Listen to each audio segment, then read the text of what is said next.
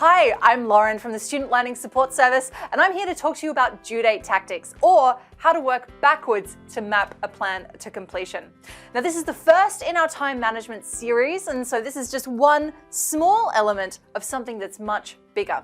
But because it's the first in our series, I would like to begin by acknowledging that I'm recording this content today on the lands of the Kaurna people, which is where the Bedford campus is located. You might be watching this from another part of Australia, from another campus, and I would like to acknowledge the traditional owners of this land, the Kaurna land, and the lands that you might be studying on, and pay my respect to elders past, present, and emerging. So, let's talk about time management, which is for many of us something that's quite difficult. And this is because time management is actually very complex because it's related to a few different patterns of behavior. And these include things like procrastination, motivation, overcommitment, perfectionism, avoidance, and not being realistic about time.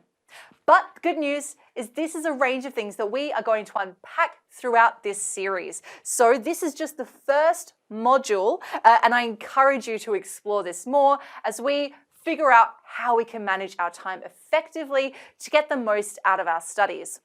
So let's start by talking about how we can work backwards. And what do I mean by that? So basically, we want to have a look at the whole semester view, understand how the semester is broken down, where all of our assignments fit into that, so that we can use that to go backwards to decide when we're going to start our work, how much work we need to do, so that we can plan effectively and efficiently.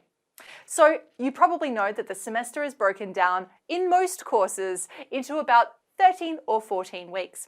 And within these, we have 2 breaks in April and September. So what's the catch? Well, the problem, as I'm sure many of you are aware, is that assessment is clustered. And so while your weekly timetable might look the same across the semester, your workload is going to vary greatly. At the very early weeks of semester, it's all about figuring out where you are, finding your classes, getting on top of your readings, and figuring out what you need to do.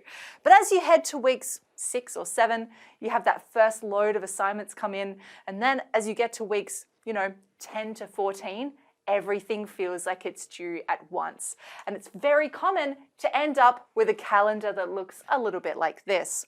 And this is just the easy version.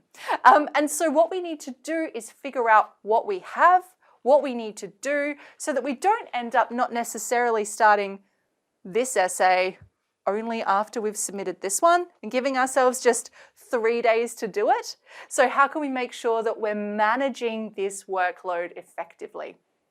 So what tools do you need? Well, you need a diary. This is going to allow you to see the week by week things that you need to do, the small picture. And you can pick up one of these diaries from FUSA. And then you're going to also need a semester planner. The semester planner is going to help you map the entire semester so you can get that realistic view and you can actually see those clusters coming.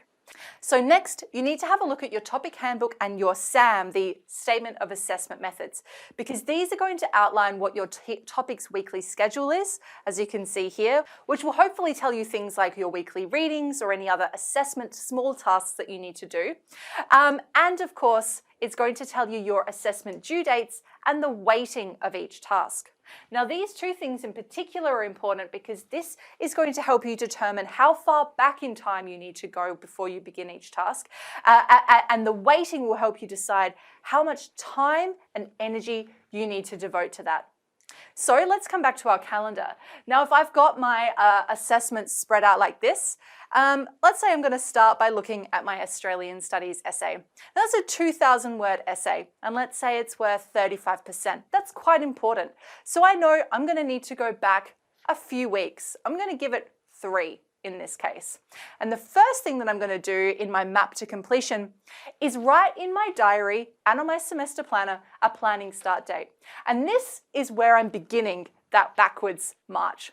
To figure out how far I need to go back, I need to think about the length, the weighting, and the research requirements. So that's why I've gone back 3 weeks. Next, I'm going to include a research start date. And this is going to depend on a few questions such as what do you already know? What do you need to find out? What kind of resources do you need? And how many do you need? So of course, this is going to differ depending on what you're studying, but for this context, I've gone a few days after my plan. So this is where I'm writing my outline, where I'm figuring out what I'm writing about, what structure I might use. I'm going to do some brainstorming, and here I'm actually starting that reading process. I'm collecting my resources, I'm searching the databases, I'm writing up my notes, and I'm organizing them into this outline. Now from here, I need a drafting start date. This is where we actually start the writing process. Now you'll notice that this is not the first thing that appears on my map. So for this, I need to consider the length and the structure of the assignment. And remember as well that your research process very well may be ongoing throughout the writing of your first draft.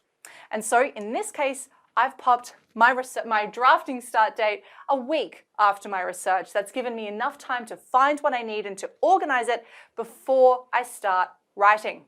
Finally, I'm going to include an editing start date. So this is when I'm going to have that final draft finished so that I'm ready to edit and proofread, and really importantly, give myself enough time to get feedback if you need it, and to give myself a day to run my assignment through, turn it in before I submit. So here we go. We've got my editing start date about nearly a week before my final due date. If I've done this properly, I've given myself a really clear marker of goals that are going to help me to keep on track, are going to help keep me motivated and engaged with the task. And if I do this for the rest of my assignments, I now have a very realistic picture of exactly how I can manage this very assessment-heavy period of semester. So this is exactly what I mean when I say start and work backwards. That's all from me. I hope to see you in the next module soon.